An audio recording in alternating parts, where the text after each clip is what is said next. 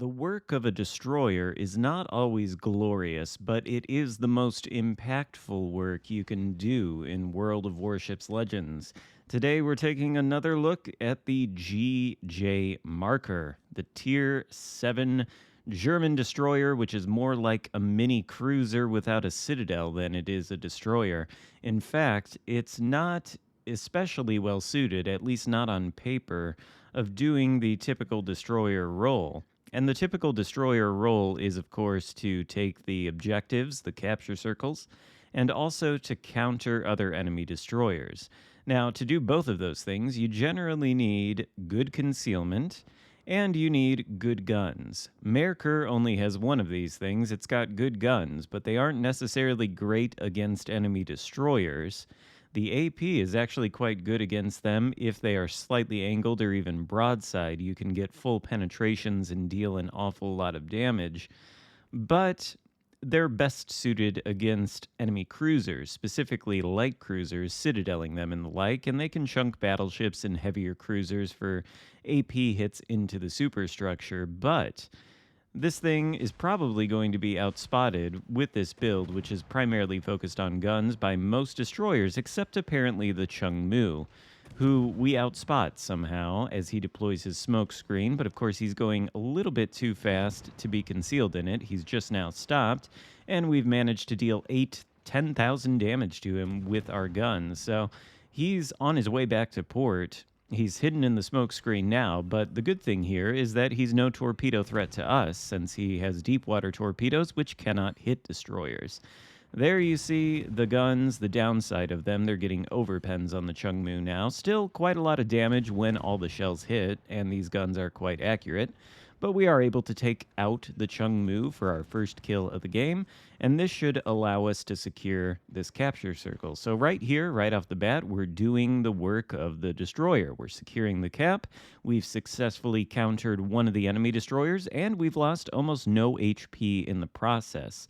That's another component of the equation, I guess. You don't want to lose too much HP in the context of dealing with enemy destroyers, especially not in the first 5 minutes of the game, because if you do, then you're going to be too low on HP to take any risks later on in the game.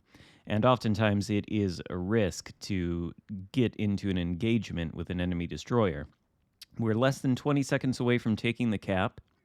We do have a problem, though. The Iwami right there, who is sitting on the outside of the cap, if he realizes that his battleship does in fact have an engine with a forward gear, he is going to enter the cap and undo all our hard work. But like most battleship mains, the Iwami is under the impression that his battleship can only reverse. So that's what he's doing, and that's fine. We're going to put some torpedoes in the water just in case he does decide to go forward. But for all intents and purposes, this cap circle is done. We've captured it. It's not under threat from the enemies as of the moment. The Iwami could enter it, and there's also a cruiser somewhere unspotted to the north. But one of our destroyer teammates is still hanging around the cap. He's going to provide vision to whatever friendly ships we might have in the area, and we really don't have any to shoot at these guys, although I guess the Iwami is starting to take some damage. We're opening up on him with our guns just to add a little bit extra on there, but our goal is to sail toward Bravo. And this next sequence is going to make or break this game. I want to talk a little bit about the gimmick that this line of German destroyers enjoys. I've talked about it a little bit most recently in my Felix Schultz video, but Maerker, Schultz, and Elbing all share one very crucial characteristic, which is that in the middle of the ship, they have a 25 millimeter armor plate. Now, that 25 millimeters isn't a lot, but it is enough to shatter destroyer caliber HE, provided that the destroyer caliber HE is coming from 127 millimeter guns. And, well, that can be the difference in destroyer v destroyer duels. If you run into an enemy destroyer, or if you run into one of these German destroyers, rather, the Maerker, the Felix, the Elbing, well, you should be shooting AP at it, especially if it gives you broadside, because your HE is likely just going to shatter and deal no damage. This is going to become important here in a minute. For the moment, we are using the island cover to remain undetected as we deal some damage to this Iwami, who is engaged in an artillery duel with what I think is an Amagi next to us. And neither one's really coming out on top. Maybe we can make the difference here. We're going unspotted and becoming spotted again, not by this Iwami, but by that battleship out there, the Georgia, who's on very low health. Doesn't look like there is actually a capital ship in the area to shoot at him, but he goes down to the torpedoes, I think, of one of the friendly destroyers. Still spotted, though, which indicates that there is probably an unspotted ship near us, and that is almost certainly a destroyer. We do go dark as the Marlborough shoots and, well, almost misses us. Luckily, our torpedo module absorbs one of those HE shells and we don't take a lot of damage. But there are the torpedoes, telltale sign that there is an enemy DD in the area, so we do need to be careful, but we also need to get over to Bravo. The enemy team is ahead of us on points, and if they are allowed to continue to carry 2 out of 3 of the capture circles, they're going to overtake us on points, and we're pretty even on kills, so caution here is required. But that is when we spot the ZF-6. Now, the ZF-6 is a very good destroyer in its own right. It's got great AP, a lot like this, just smaller caliber AP. And this ZF-6 apparently is aware of that, because look at what he's doing. He's shooting AP at my broadside, and he's dealing a ridiculous amount of damage. Had he been something like a Fletcher, say, shooting HE in the same scenario, he would have done very little damage. In fact, he's done so much damage that we've had to smoke up. And of course, he's still spotted because there's a battleship directly in front of him. So we are able to take him out thanks to our deploying that smoke. But doing so cost us an awful lot of our HP.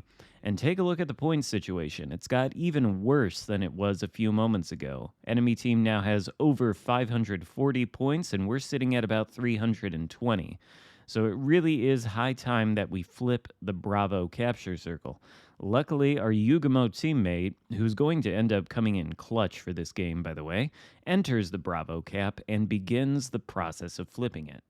We, however, are in pretty bad shape. We've got about 4,600 HP left, 47, give or take some change. We've got no smoke screens. Our engine boost is about to come off cooldown, but it's our last one. And if we get spotted by anything could theoretically take us out within the span of a couple salvos, except maybe an enemy destroyer if it hits our armor with low caliber HE.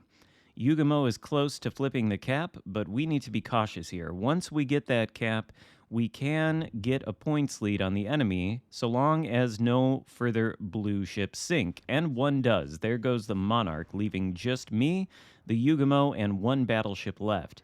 We take a speculative shot at the Amagi, and we get briefly spotted, which indicates something very important.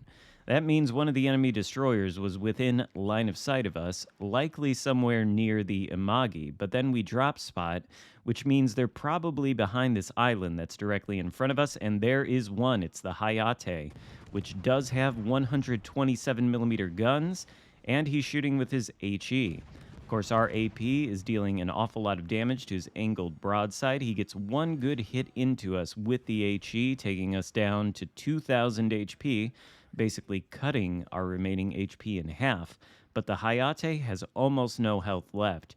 Yugamo, for his part, is currently torpedoing the last remaining full health enemy battleship, as our final battleship decides to sail straight into the Imagi, and therefore into the torpedoes of likely both the Hayate and the Kagero, which has just been spotted, so predictably, he goes down immediately.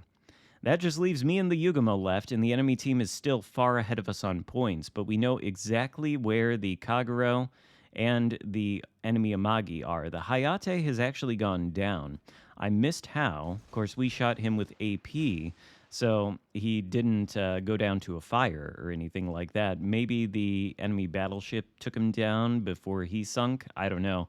In any case, it's just the Kagero, the Amagi, and an unspotted cruiser. We're sending torpedoes down that gap I think mistakenly believing that they would be going for the Hayate, but he's dead. Instead, they're going to end up catching the Kagero, which is just a stroke of luck here, but it's exactly what we need. We do enough damage that the Yugumo is able to finish off the Kagero with a single salvo. Now we're within about 100 points of the enemy team, but we've only got 1400 HP left, so we do need to be cautious. And furthermore, I don't think we actually need to sink either the Amagi or the Azuma remaining. All we really need to do is prevent them from getting into the capture circle and then stay alive for the next couple of minutes so that we can overtake them on points. We're going to launch some torpedoes as the Amagi comes through that gap. Only 2 torpedoes, though. Our other torpedo tube, which contains more, has still not yet been reloaded. Yugumo, unfortunately, gets spotted and shot at by both the Amagi and the Azuma. Doesn't lose a lot of HP. Not sure exactly how he ended up getting spotted. He must have shot his guns, which is a little bit unfortunate. There's no reason to really be aggressive here. If either of us goes down, we'll almost certainly lose. We need to stay alive, and we need to utilize our concealment as our advantage against this battleship and cruiser push. There's the torpedoes heading for the Amagi, but they are not going to make contact. Our torpedo tubes are pretty much reloaded, though, so we should be able to get some torpedoes out there. Yugumo comes in with a torpedo hit against the Amagi, so we're going to help him finish that guy off. We risk taking a shot, momentarily being spotted, but 1 salvo is enough to take down the Amagi, which finally puts us ahead on points. So Yugumo helping us out with the Kagero earlier, we repay him in kind, and then he takes out the Azuma with his torpedoes. So even though a little bit of a risky play there at the end of the game, he still manages to come in clutch and help us secure this victory. We end the game with only 77,000 damage done, but 3,400 base XP, and Yugumo right behind us with nearly 3k. Not exactly the highest damage game you've ever seen, or perhaps the most glorious, but a good example of doing good, solid destroyer work. And these German destroyers can do that. Hope you enjoyed this video. If so, give it a thumbs up, consider subscribing if you haven't already, and I'll see you next time. Goodbye.